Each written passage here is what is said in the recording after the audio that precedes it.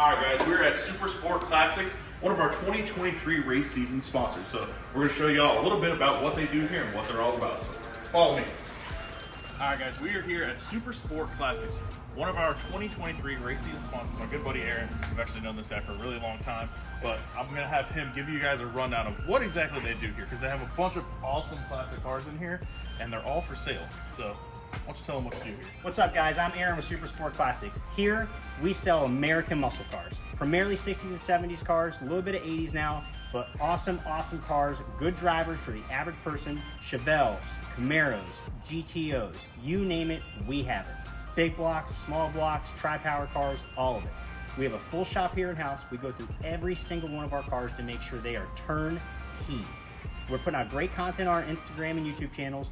Follow us for more, like us, subscribe, check out our website, supersportclassics.com. All right, guys, you heard it from Aaron himself.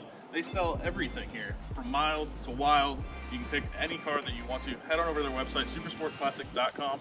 You can pick a car online and buy it straight off them, and they'll ship it to you. No hassle. They handle all the logistics and shipping and all that stuff, so you guys don't have to do anything. All these cars are solid and gone through. Like he said, they have a shop in-house where they check over everything with these cars. This one right here is probably my favorite one out of the whole bunch. It's got a 468 big block in it, 3-speed automatic, rowdy little car. This one's more of a cruiser, kind of a resto mod, but they have anything you want from pickup trucks, Shelby Cobras, Chevelles, they're all here.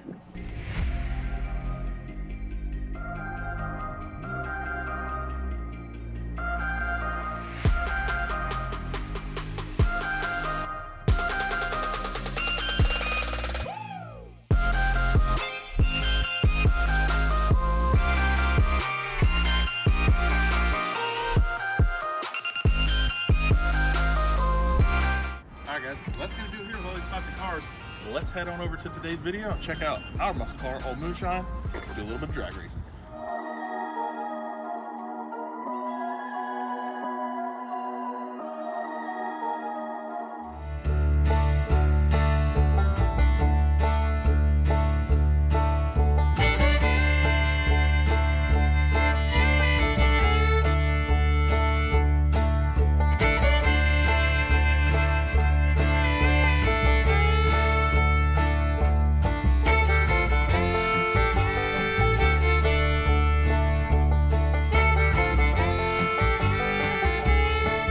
What the hell we doing here, bud? Old Florida boy up here catching me some largemouth on a freaking crawdad. I was like, hey, bud, let me pitch over here this little slide. He is, dude, feel how cold he is. Yeah, he's really cold. Wow. This don't look like a racetrack, though. No, it ain't no racetrack. We got here, figured we'd do a little bit of fishing. I haven't caught a bass in like 10 years, probably. Hell yeah.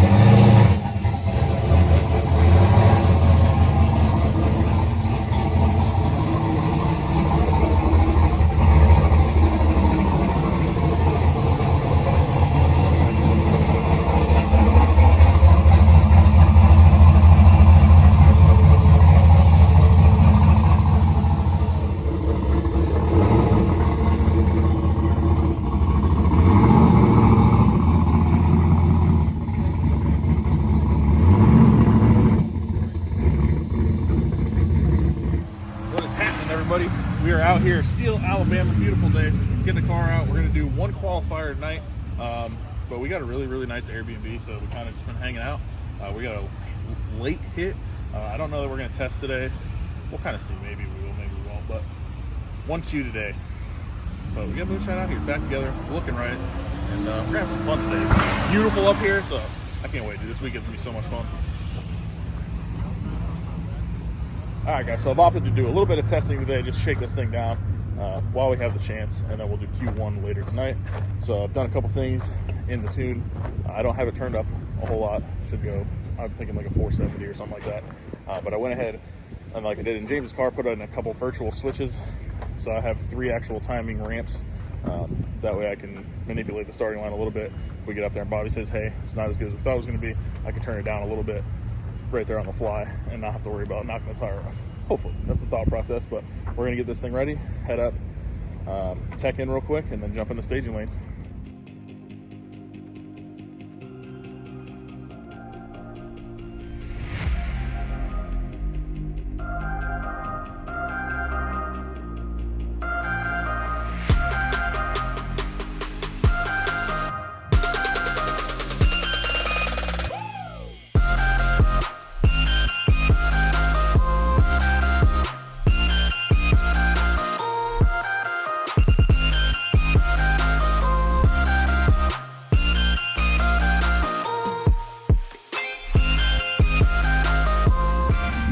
Alright guys, we are in the lanes for our first test session. I'm going to try and take it a little bit soft.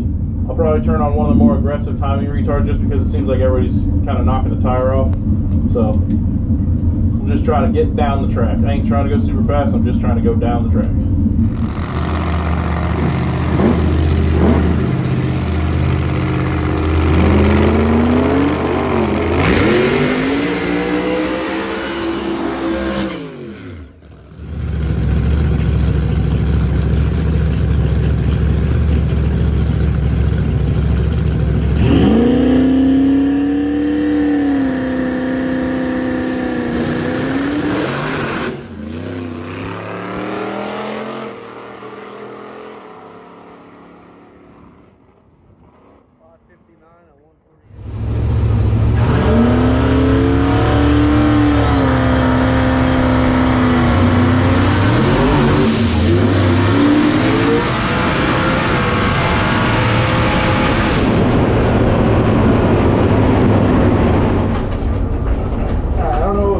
Trans right there. I didn't test the 2-step, but I think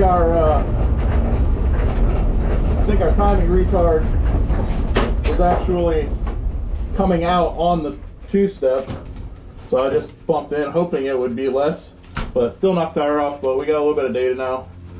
When I don't know what it went, but it went 148 mile an hour, so seems healthy. We'll get it, turn around, make an adjustment. I may have to do something a little different with the timing retards, but I noticed that it would do that, so I had made it so I thought that it wouldn't. Apparently not. So it did get a little loose on the big end, but we'll look at the data, make us an adjustment. All right, guys, a little bit of a goof on mine. So I made the table, I guess I can show it to you, and I wanted it to enable basically switches on. It can't start yanking timing until I'm above X amount of percent and boost time is over X amount of percent. Well, I put the boost time in the wrong spot. So as soon as I got up on the trans brake, it dumped an additional 10 degrees on top of the 20 I'm already pulling to build boost and just lugged the thing down. And I kind of knew what happened on the starting line because as soon as it like stopped lugging you down, I was like, oh great, that thing's enabled. And then it turned off and it got up in RPM, got to the boost. It left on, tried to leave on 13 pounds, but there was no timing retard. So it didn't make the trip. So I fixed it, it works now. I just tested it on the brake. So we'll get it cooled off, fill it back up and try to make another one.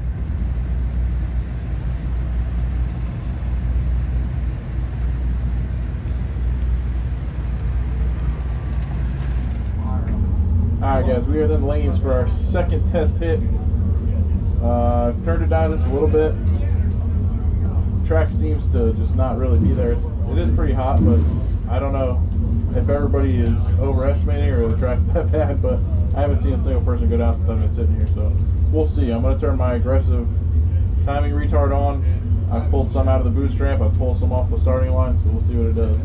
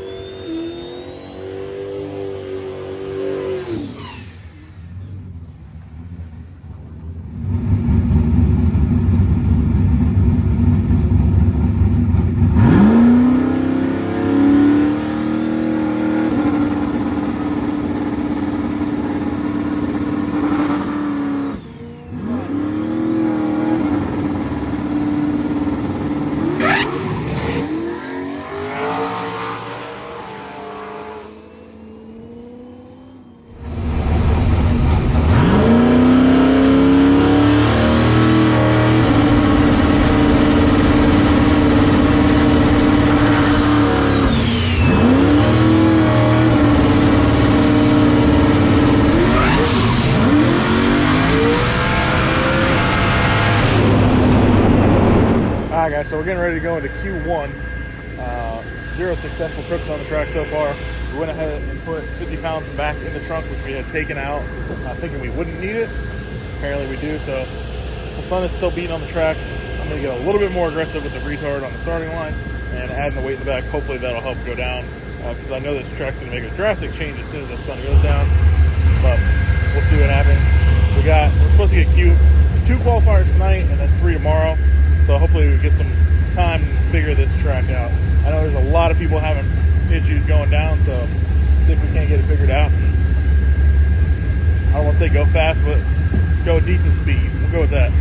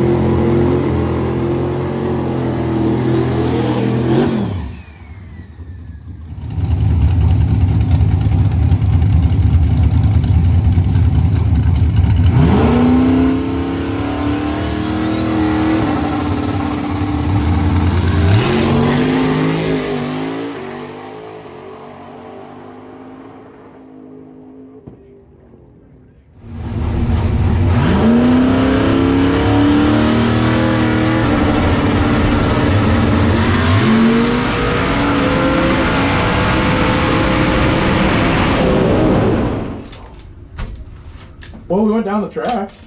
I red lit, but at least we went down the track. We got something to work off of now. Definitely felt slow though. The track was a whole lot better than it was earlier. But Rob Rhodes went a 20 next to me. That's awesome. All right, went a little red, but we went a 115, 960, 467, and 151. That's the same basic tune-up from earlier with none of the starting line retards on, but it does have a boost ramp in it. So this next one, with the track as tight as it is, I'll probably take the boost ramp back out of it, see if we can't go like a 108, 109 and improve on that. But look what roads, 426 at 172 mile an hour. I feel like this tree takes forever to drop though. But yeah, I went a little red, but I beat him to the stripe, you know what I mean, barely. Mr. Anxious over here. Bro, that tree takes forever. I was like on the tree, I'm like ready. I'm like, come on!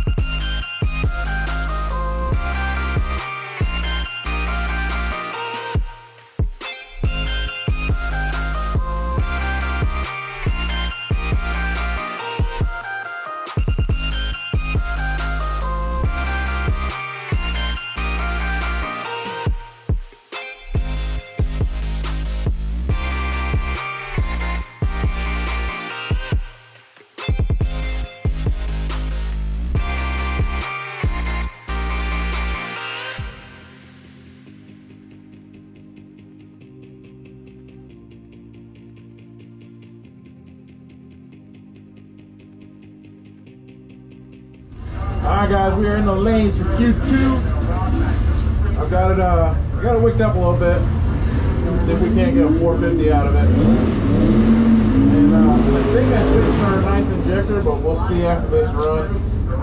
See if it actually works. But I tested it, sitting in the pits, and it was definitely working. So I ended up moving the pin. I think the pin that I had it to was actually a bad pin on the ECU. I think that's the one I accidentally hurt. So we gonna see, but the air is a little bit better. It's a little bit cooler. So see if we can get out through there. Maybe go PV. Anything in the 50s would be nice though.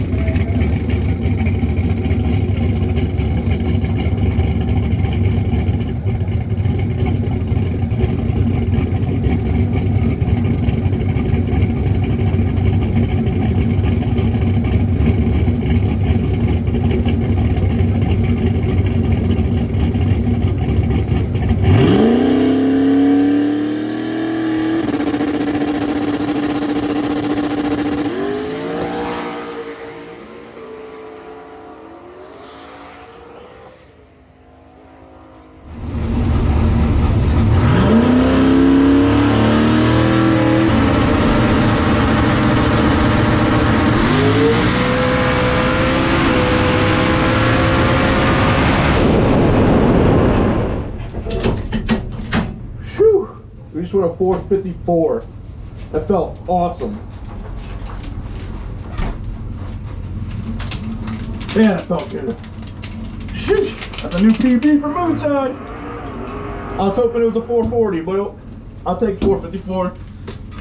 Especially after struggling all day. Hell yeah. Bruh. 454. New PB. New PB on ET and mile an hour. Went 155 mile an hour. Jeez. So we picked up 4 mile an hour from the last run. So I want to pull the data and see if that injector is actually doing something now, or if it was the degree and a half of timing I put it in. I think the injector's actually working. We'll see. It felt really, really good. I was hoping it was a 40, but it went at 454 with a 110 60 foot. We've been a 107, so if we can go a 107, this thing will go 48, 49. Yeah. So we just got to get that short down a little bit, and we'll be good. Hell yeah. Get the data pulled up and see what it looks like. All right, guys, that's gonna do it for this video. Didn't film an outro when we left the track. Kind of just packed everything up and headed over to the Airbnb so we could get some sleep. We got to be back there early in the morning, but not a bad day. Started off the day knocking the tire off, but gathered it up. Ended up going to PB today, so see if we can't get down in the heat of the day tomorrow. I feel like the things that we did to the chassis really helped out, so we'll see what we can do tomorrow.